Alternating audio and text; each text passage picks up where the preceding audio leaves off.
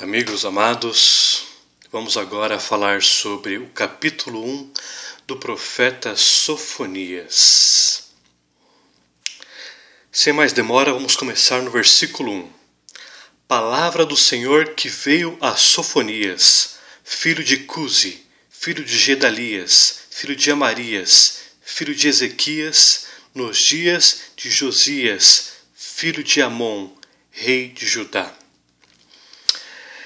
Diante de uma genealogia tão detalhada e extensa como aqui no versículo 1 sobre Sofonias, mostra que ele veio de uma linhagem real. Então ele tinha acesso aos palácios reais, aos reis. Aqui está dizendo que o rei Ezequias era trisavô do profeta Sofonias. Vamos até Reis.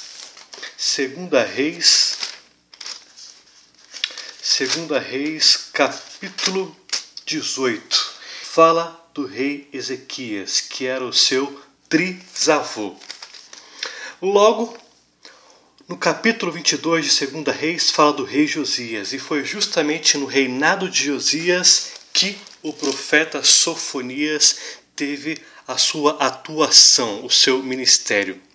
No versículo 1 também usa uma palavra dizendo veio, ou seja, a palavra do Senhor que veio a Sofonias. Veio, no hebraico é Hel Yal, que é uma palavra que significa profetismo, ou seja, a forma como Deus fala a Sofonias. Aqui não está dizendo se Deus falou com ele em visão, ou em sonho, ou de uma forma falada, mas aqui mostra que houve uma atuação sobrenatural que Deus tratou com o profeta Sofonias.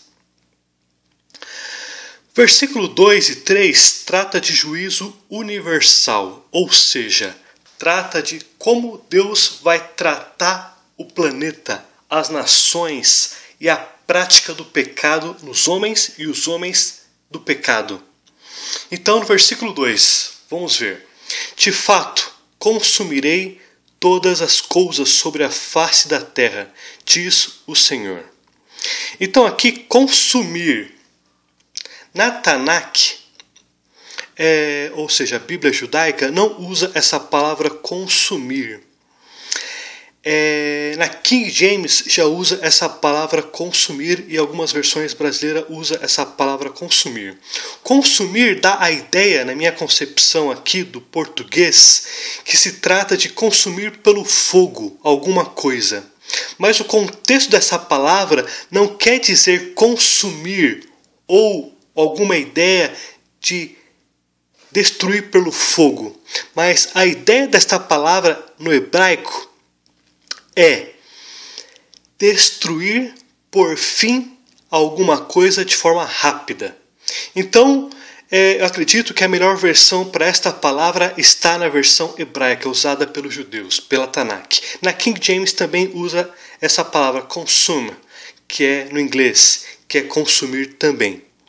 Então, esta palavra refere-se a uma destruição, mas uma destruição de forma rápida. Aqui também no versículo 2 fala que de fato consumirei todas as coisas sobre a face da terra. Da terra aqui não é planeta terra. A palavra terra aqui vem do hebraico chamada Edamá, que significa solo agrícola. Então Deus está dizendo aqui que ele vai destruir a alimentação, o solo agrícola, ou seja, está interferindo sobre a alimentação do povo. Versículo 3 volta a usar a palavra consumir, e aqui diz o seguinte: consumirei os homens e os animais, consumirei as aves do céu, os peixes do mar, as ofensas com os perversos, e exterminarei os homens de sobre a face da terra, diz o Senhor. Então note, Deus está usando aqui 3 vezes no versículo 3 a palavra consumir. Isso mostra que Deus tem pressa em tratar a iniquidade da população, do povo. E note, como eu disse, o versículo 2 e 3 está referindo-se a um juízo global. um juízo universal. Então Deus tem aqui pressa para que o pecado e os homens incrédulos sejam destruídos da face da terra. Então aqui note que Deus está repetindo: consumir os homens, consumir as aves, consumir os perversos e as ofensas. A ofensa no hebraico significa aquilo que leva o homem ao pecado. Então ele quer destruir aquilo que leva o homem ao pecado. Seria seduções que os homens têm pelo pecado.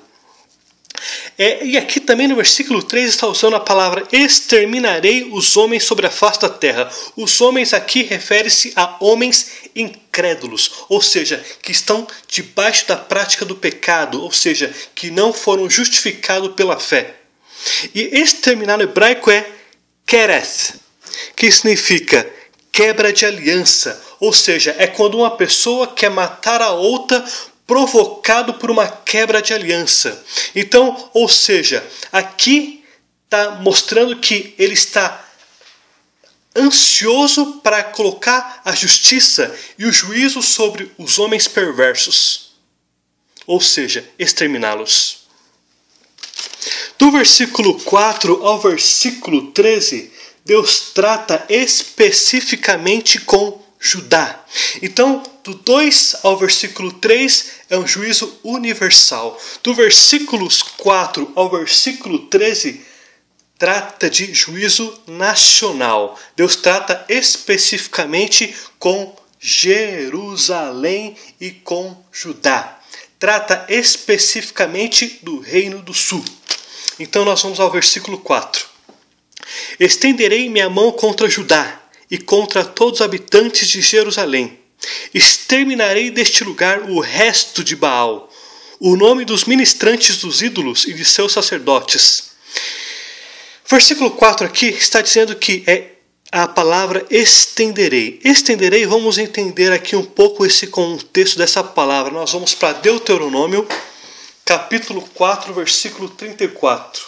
Ou se um Deus, de letra minúscula, intentou ir tomar para si um povo do meio de outro povo com provas, com sinais, e com milagres, e com peleja, e com mão poderosa, e com braço estendido, e com grandes espantos, segundo a tudo quanto Adonai, o vosso Deus, vos fez no Egito aos vossos olhos. Aqui Deus está mostrando aqui aos judeus que não há nenhum outro Deus na face da terra que libertou os judeus da escravidão do Egito com grandes prodígios, com sinais, com mão forte. E aqui está usando o versículo, e aqui está usando a palavra estendido, com o braço estendido. Quer dizer que Deus usou grandes prodígios, grandes sinais para mostrar o seu poder e a sua glória a todas as nações através do juízo que ele colocou sobre o Egito.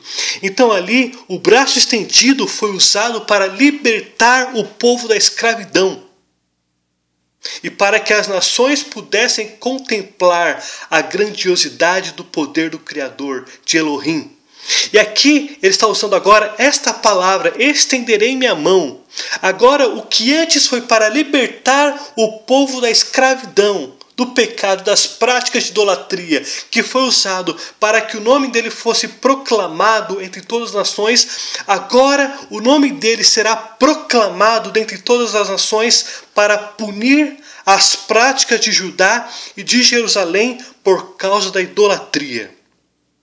Então aqui ele fala o seguinte: contra todos os habitantes de Jerusalém. Jerusalém é o centro de adoração judaico. Foi ali onde Deus instituiu o templo para que fosse feito todos o sistema sacrificial, sistema levita, para que apontasse para o Mashiach, Yeshua HaMashiach.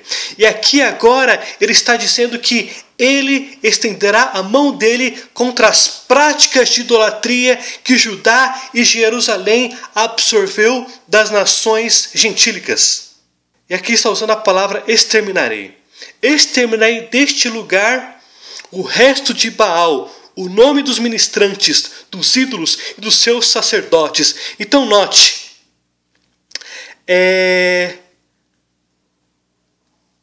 Judá e Jerusalém tinham adotado adoração a deuses cananitas. E aqui diz o seguinte, que essas práticas não foram só absorvidas, como agora eles colocaram ministrantes dos ídolos e seus sacerdotes. Ministrantes no hebraico quer dizer quemarim, ou seja, sacerdotes idólatras. Pode ser sacerdotes estrangeiros que foram trazidos das nações, no caso os deuses cananitas, ou pode ter sido os próprios judeus que se vestiram e se transformaram em sacerdotes idólatras para ministrar a idolatria à nação de Judá e Jerusalém. Versículo 5. Os que sobre os eirados adoram o exército do céu, e os que adoram ao Senhor e juram por ele e também juram por Milcom. Milcom nada mais é que Moloque. Moloque era uma divindade amonita que era adorada com sacrifícios humanos. Muitas vezes era usado crianças como práticas idólatras para fazer culto ao Milcom. Então, além dessa prática sacrificial de humanos para os deuses idólatras, os deuses que são na verdade demônios, também aqui o povo estava adorando eles no terraço das casas. Então eles adoravam tanto a Moloque, quanto também adoravam a divindade do céu, ou seja, planetas, astros, lua, sol. Então eles adoravam os planetas, os astros, que é uma prática ainda comum nos dias de hoje, que faz parte do sistema da astrologia. Então era uma prática comum do povo nesta época, como também adoravam a Moloque e como também adorava a Adonai, o Eterno, o Deus de Israel. Então Deus está dizendo o seguinte aqui: vocês adoram eles e me adoram. O povo não estava entendendo que somente Deus deveria ser adorado. O povo não estava entendendo aqui que Deus quer uma adoração somente a si, não há mais ninguém. Ele não gosta de ser dividido com nenhum outro Deus feito por mãos de homens. Ele quer uma adoração única, exclusiva para ele. Então o povo aqui estava dividido, adorava outros deuses e adorava ele. Adorava outros deuses e adorava ele. A suficiência de Deus não estava sendo clara para eles. Deus não estava sendo suficiente. Adonai não estava sendo suficiente para o povo. Eles queriam Deus e mais alguém. Deus e mais alguém. Vamos agora para Deuteronômio 13, de 1 a 4. Quando o profeta ou sonhador se levantar no meio de ti e te anunciar um sinal ou prodígio, e suceder o tal sinal ou prodígio de que te houver falado, e disser: vamos após outros deuses que não conheceste, e sirvamo-los, não ouvirás as palavras deste profeta ou sonhador, porquanto o Senhor vosso Deus vos prova, para saber se amais o Senhor vosso Deus de todo o vosso coração e de toda a vossa alma.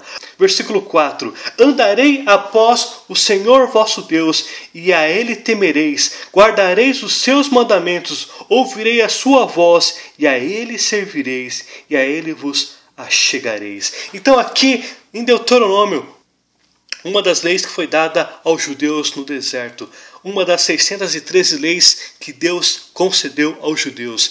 Então note que quando um profeta ou sonhador que leve o povo a adorar outros deuses, ele deve ser repugnado pela nação. Ele deve ser desprezado, porque o povo está sendo conduzido às práticas demoníacas. E aqui note que Deus está deixando claro que o povo estava dividido. Era Deus e mais alguém. Era Deus a Moloque. Era Deus e Baal. Os ministrantes estavam usando os deuses das nações gentílicas para ensinar os judeus de Judá e de Jerusalém, para lhes ensinar as práticas pagãs. Vamos ver agora o que eu falei sobre sacrifícios de crianças a Moloque, no caso a Milcom. 2 Reis 23, 10. O rei Josias foi o rei que marcou a história por realmente seguir a lei, seguir os princípios de Adonai, amar a Adonai. Então, 2 Reis, capítulo 23, versículo 10, fala sobre Moloque. Então diz aqui: também profanou a Tofete, que está no vale dos filhos de Rinom, para que ninguém queimasse a seu filho ou a sua filha como sacrifício a Moloque. Então aqui trata de um lugar que era Tofete, que era um lugar no vale de Rinom, que é Rinom, a palavra Gena no hebraico, ficava ao sul de Jerusalém, e este lugar ficou muito conhecido porque lá virou um centro de sacrifício humanos para Moloque. Então o rei Josias, junto com o seu exército, foi até este vale e profanou todas essas práticas de idolatria e destruiu todos aqueles que faziam essas práticas idólatras e cruéis e contra o ser humano. Então, Gena ficou um lugar marcado na história de Israel como um centro de sacrifícios humanos. E aqui Deus está dizendo o seguinte: eu não quero esta prática diante dos meus olhos. E aqui ele está dizendo: eu estenderei minha mão contra vocês e exterminarei este povo idólatra. Versículo 6: e os que deixam de seguir ao Senhor e os que não o buscam, nem perguntam por ele. Aqui mostra que Deus também exterminará também não só os que adoram planetas, a lua ou o sol, ou a Moloque, ou adoram outros deuses gentílicos. Agora também aqui Deus vai estender e exterminar os que deixam de seguir ao Senhor, ou seja, aqueles que conheciam a lei, mas deixaram de seguir a lei, ou seja, a Torá. E os que não o buscam nem perguntam por ele. Também Deus vai exterminar aqueles que para ele, se Deus existe ou se Deus não existe, se Deus ele é justo, se ele é bom, se ele é o Deus de Israel, se não é, ou seja, pessoas que não sentem falta de Deus, que vivem apenas para si, que apenas buscam a si próprios as suas riquezas, que são indiferentes, que são complacentes, também Deus destruirá.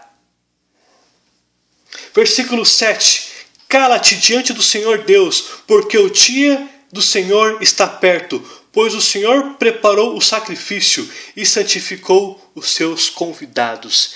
Então note, este versículo pode estar dizendo o seguinte: que ele preparou Judá e Jerusalém para seu sacrifício?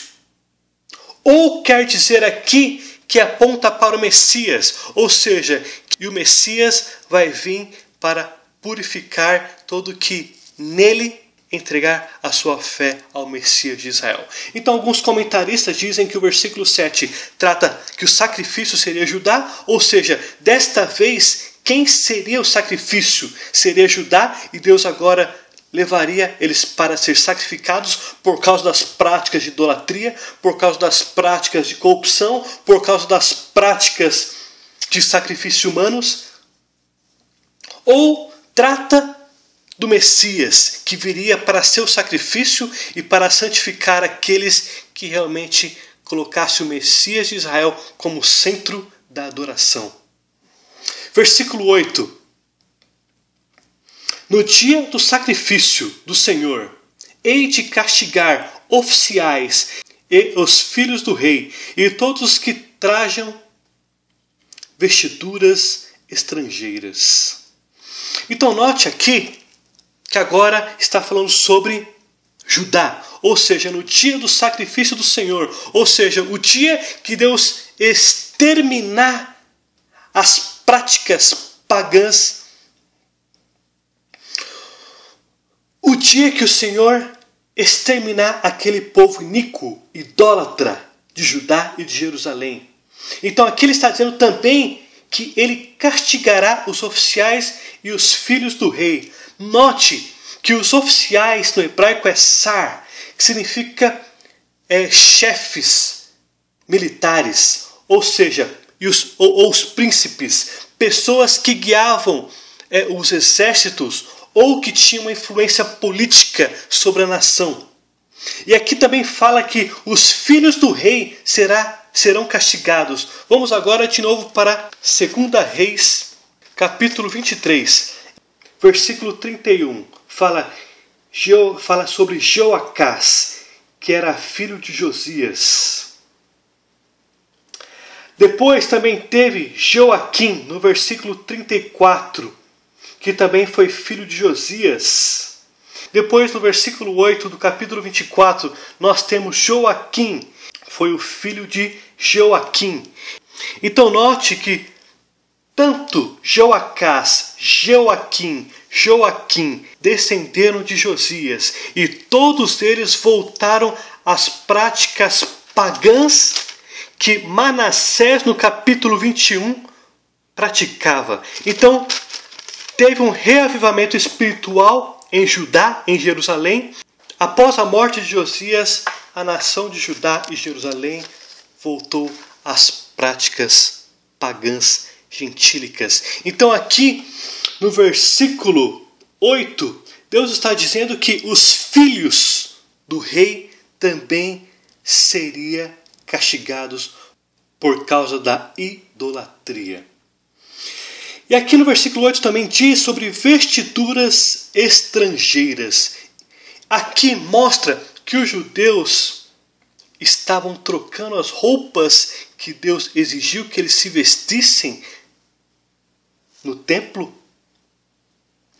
para usar roupas estrangeiras, idólatras, para ministrar cultos idólatras. Vamos ver agora roupas que os judeus usavam e que Deus ordenou a eles que usassem. Vamos para Números 15, 37.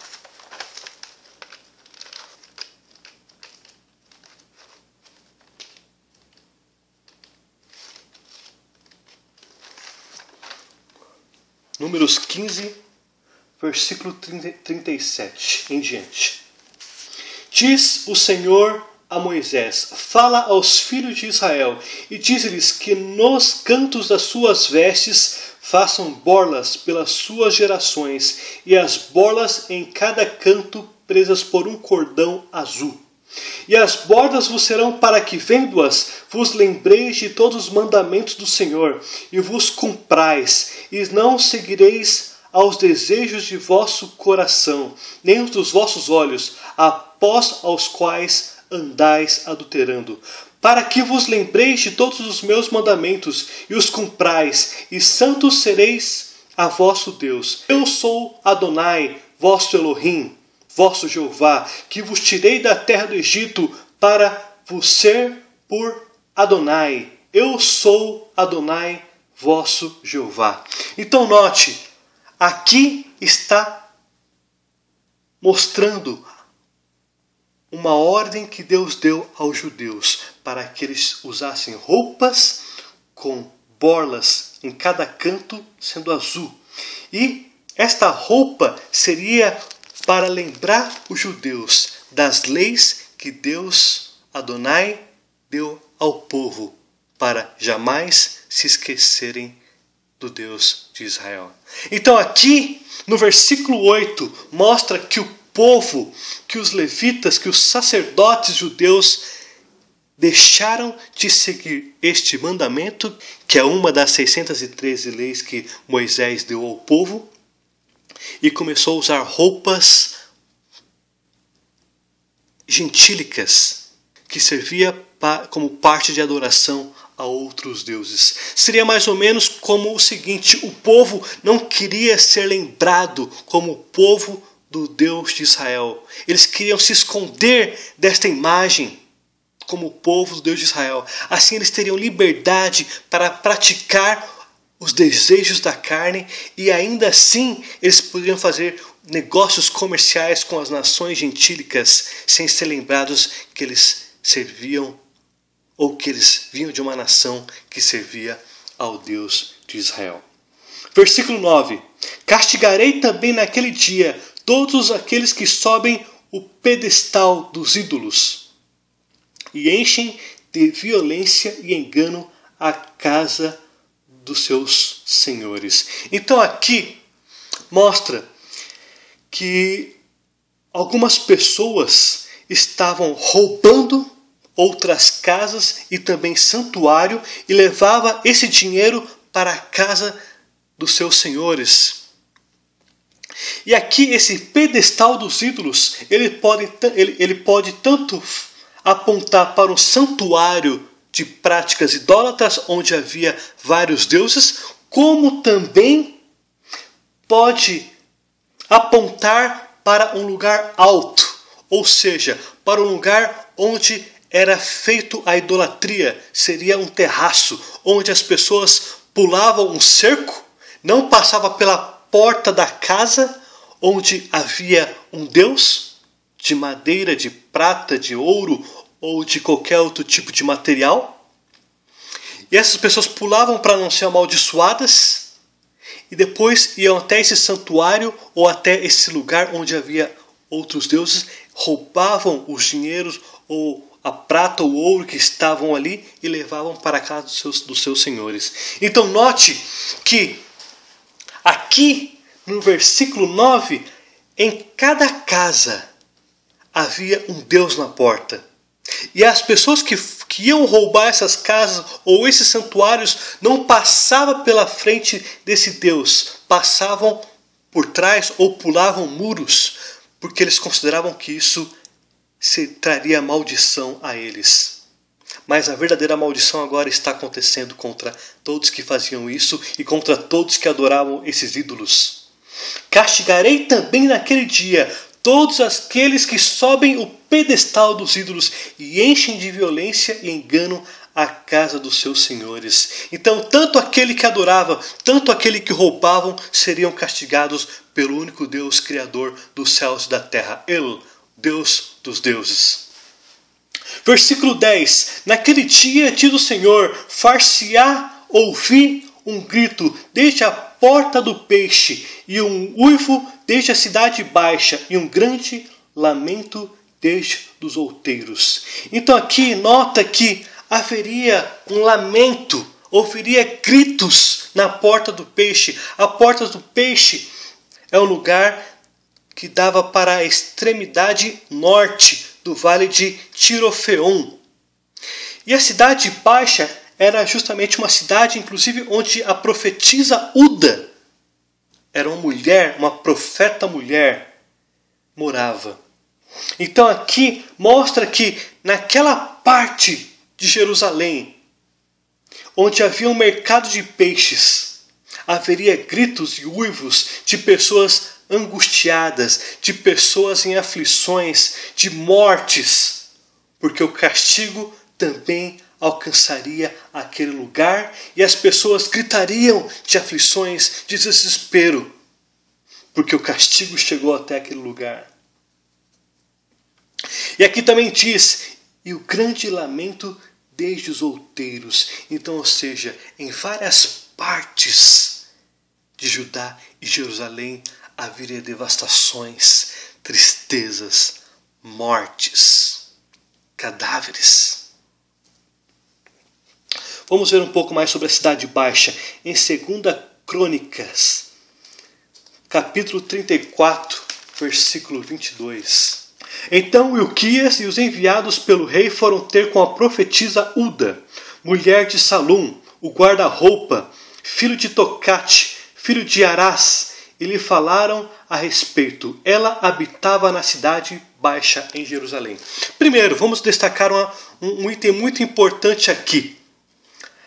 Mostra que os reis iam até uma profetisa mulher para consultar a vontade do Criador dos céus e da terra.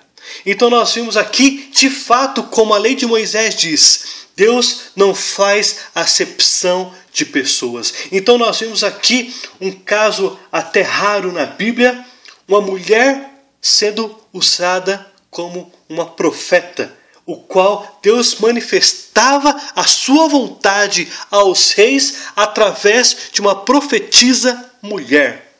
Olha que interessante. E aqui, em Crônicas como em Reis, falam que a profetisa Uda morava na cidade baixa. Então, aqui está dizendo no versículo 10 que haveria som de grito desde a porta do peixe do extremo norte, a cidade baixa, que era outro ponto de uma cidade, era uma cidade mais nova. Haveria grito em todas essas regiões e grande lamento nessas cidades, por causa do castigo que Deus colocaria sobre os moradores de Judá e de Jerusalém. Na porta do peixe, que era o lugar que dava acesso na extremidade norte, havia também um comércio muito grande de peixes. Então o comércio de peixes também sofreria um grande impacto com as calamidades que viriam sobre aquela região. Versículo 11. Uivai vós, moradores de Mactés, porque todo o povo de Canaã está arruinado, todos os que pesam prata são destruídos. A palavra Mactés, ela vem de um contexto hebraico de pilão, ou seja, como se fosse um martelo que era usado para produzir algum tipo de produto que vinha de colheitas. Então era um martelo. Mactés significa um martelo. Aqui no versículo 11, Deus está dizendo que o povo gritaria, eles uivariam, porque eles seriam massacrados, como se fosse um martelo massacrando aquele povo. Então o nome da cidade que o povo morava simbolizava a forma como eles seriam destruídos. E aqui diz que porque todo o povo de Canaã está arruinado, todos os que pesam a prata são destruídos. O povo de Canaã era conhecido por fazer um comércio e um comércio em corrupção, por práticas de suborno, por práticas de adulteração, de pesagem. Então, Judá e Jerusalém, o povo de Judá e Jerusalém tinha absorvido as práticas de suborno, corrupção, de pesagens adulteradas e começaram a praticar. E agora o martelo destruiria eles. Versículo 12. Naquele tempo esquadrinharei a Jerusalém com lanternas e castigarei os homens que estão apegados à porra do vinho e dizem no seu coração: o Senhor não faz bem, não faz mal. Então aqui mostra que Deus está usando o vinho, aquela porra do vinho. A porra do vinho seria mais ou menos quando você pega o vinho e você vê aquelas camadas espessas, amargas que fica do vinho. Então aqui Deus está comparando as pessoas a essa porra, ou seja, pessoas amargas que não tinham sabor. Então Deus está dizendo o seguinte, Ele está esquadrinhando aqui na versão que eu estou usando em Sofonias. A palavra esquadrinhar no hebraico é kel faz. O que significa isso? Que Deus está no escuro com uma vela ou com uma lanterna. Aqui está traduzido como vela, mas a versão hebraica usa vela. E aqui ele está à noite procurando todos aqueles que estão apegados à porra do vinho, ou seja, pessoas complacentes. Tanto faz como tanto fez. Pessoas que não têm nenhum sabor. Ele está procurando minuciosamente a cada pessoa em Judá para castigar. Por isso que aqui usou essa palavra esquadrinhar, ou seja, ele procura minuciosamente por cada pessoa, de forma que nenhuma pessoa complacente escape do castigo que ele decretou. Versículo 13.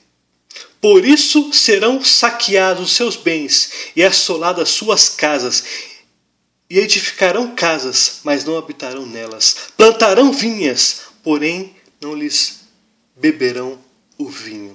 Então aqui, no versículo 13, termina o juízo sobre Judá. Então ele está dizendo o seguinte, que as riquezas de Judá e Jerusalém, a Babilônia levaria para eles. Aqui no versículo 13 está dizendo que as casas seriam invadidas e destruídas. E está dizendo que as casas que foram edificadas também seriam destruídas. Eles construiriam as casas, mas eles não morariam nas casas. Aqui também está dizendo no versículo 13 que eles plantariam as vinhas, mas não beberiam do vinho. Aqui remete para Deuteronômio, que fala sobre as leis que Deus deu ao povo através de Moisés. Então, Deuteronômio capítulo 28, do versículo 1 ao versículo 14, fala sobre as bênçãos que o povo, que os judeus cumprissem a Torá, Deus fariam eles a nação mais próspera da face da terra. E do versículo 15 em diante fala as maldições caso eles não seguissem a Torá. Então, aqui no capítulo 1 de Sofonias, versículo 13, nada mais é que o reflexo daquilo que Deus falou para o povo através de Moisés no deserto, o que aconteceria com eles. Vamos ver aqui no versículo 16, 17, 18. Do capítulo 28 de Deuteronômio: maldito serás tu na cidade, maldito serás no campo, maldito o teu cesto e a tua amassadeira, maldito o fruto do teu ventre e o fruto da tua terra, as crias da tua vaca e das tuas ovelhas, maldito serás ao entrares e maldito serás ao saíres. Versículo 21. O Senhor fará que a pestilência te pegue a ti, até que consuma a terra que passas a possuir. Versículo 30. Desposar-te-ás como a mulher, porém outro homem dormirá com ela. Edificarás casa, porém não morarás nela. Plantarás vinha, porém não a desfrutarás. Então aqui eu não vou ler todos os versículos, são bastantes versículos que falam sobre maldições. E vale a pena você ler com mais detalhes. Do versículo 14 ao versículo 18, Deus fala novamente sobre a assolação que virá sobre o mundo. Fato que a qualquer momento que nós estamos aguardando iniciará este evento universal, ou seja, no planeta Terra. Versículo 14. Está perto o grande dia do Senhor. Está perto e muito se apressa. Atenção, o dia do Senhor é amargo e nele clama até o homem poderoso. Está dizendo que está chegando, está chegando. Então Deus está alertando agora que as consequências da idolatria, as consequências de abandonar o Deus Criador dos céus e da terra, as consequências de abandonar o Deus da criação viria sobre Judá e sobre as nações.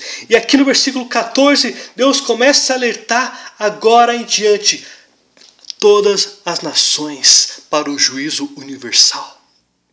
E aqui diz no versículo 14, está chegando. Se você observar,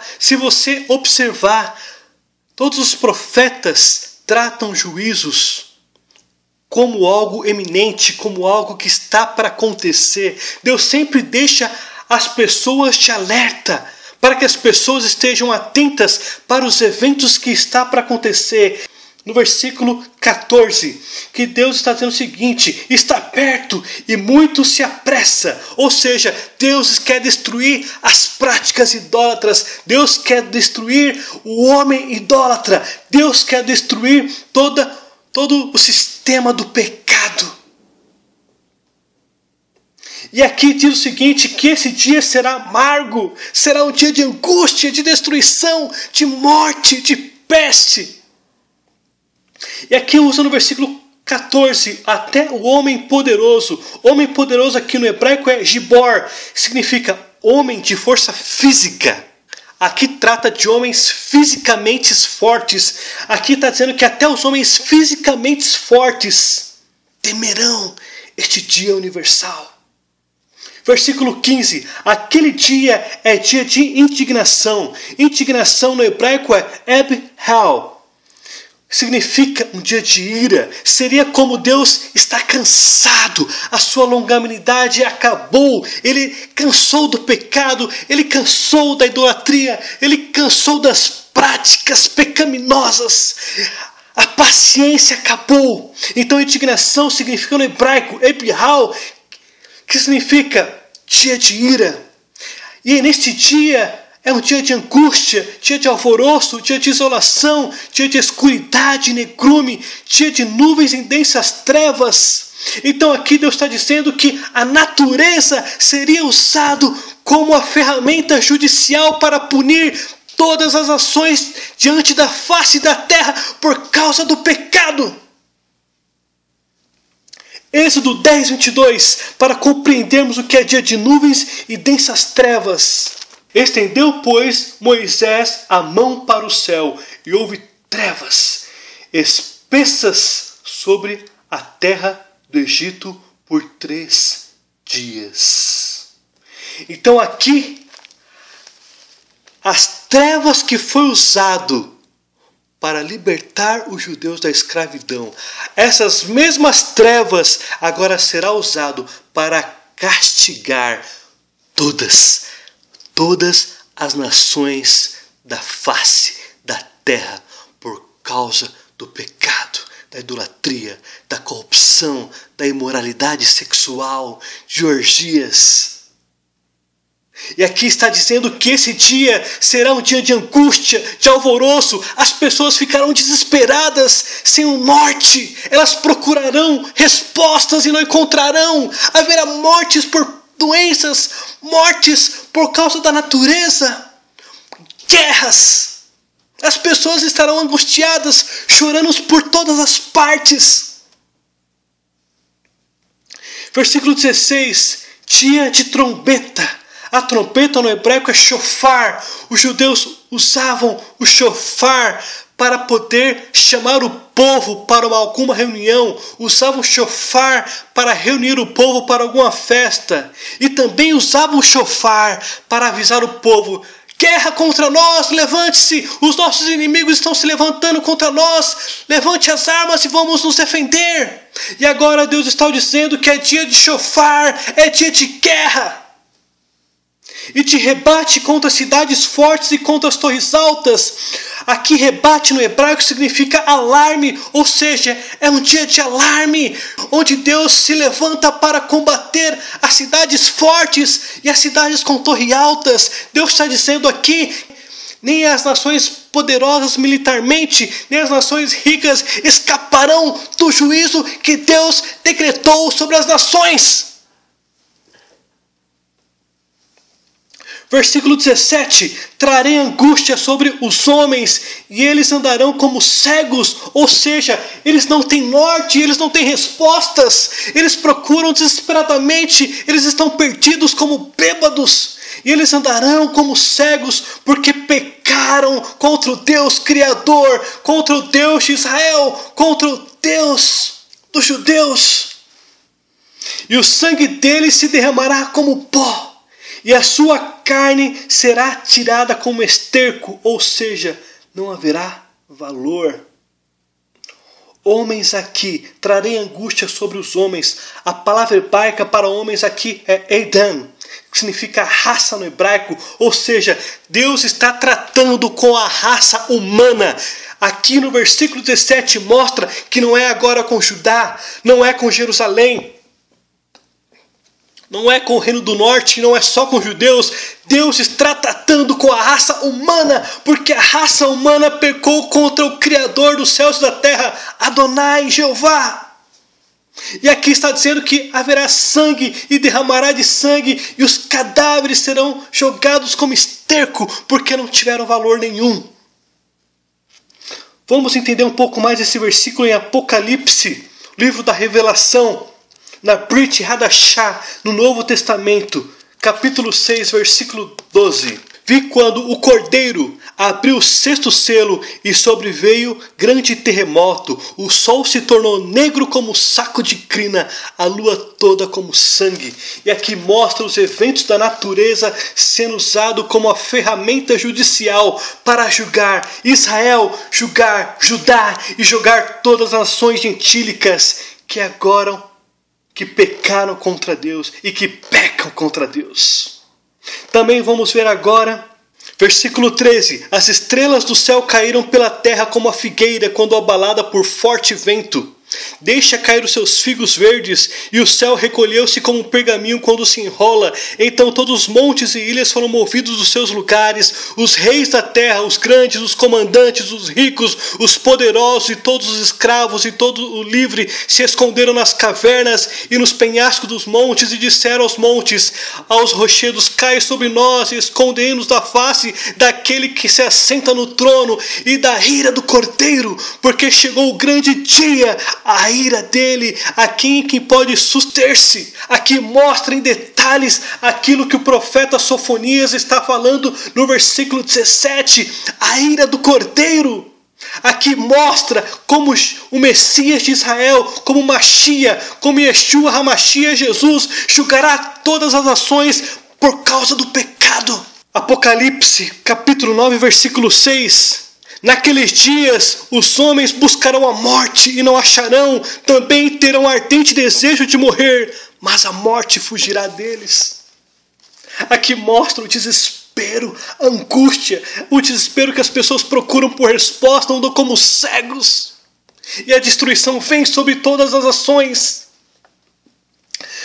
E por fim, para terminar o capítulo 1, versículo 18, nem a sua prata, nem o seu ouro os poderá livrar no dia da indignação do Senhor.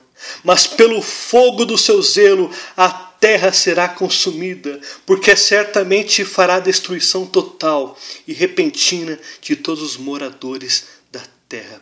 Destruição total no hebraico é kelá, ou seja, quer por fim a tudo, finalizar um processo.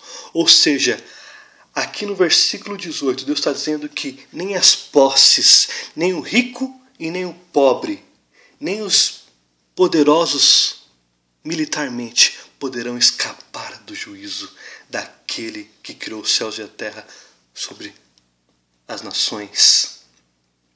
E aqui diz que todos esses eventos será repentino a todos os moradores da terra. Aqui sim, refere-se terra ao planeta Terra, porque o terra aqui é Eretz, no hebraico. Significa que o planeta Terra inteiro será julgado e haverá uma destruição que irá colocar um fim à prática do pecado. Note, como eu disse, cada profeta complementa aquilo que um profeta anterior falou, ele corrobora aquilo que um profeta falou. Então, o livro de Apocalipse está comprovando a veracidade dos fatos que Sofonias falou, ele está complementando com mais informações aquilo que Sofonias falou, e ele está atestando que acontecerá. E note, esses eventos, meus amigos e irmãos, a qualquer momento irá iniciar. Aqui Sofonias fala, de forma eminente acontecerá. A qualquer momento iniciará esses eventos. Baruch atah Adonai Eloheinu. Amém.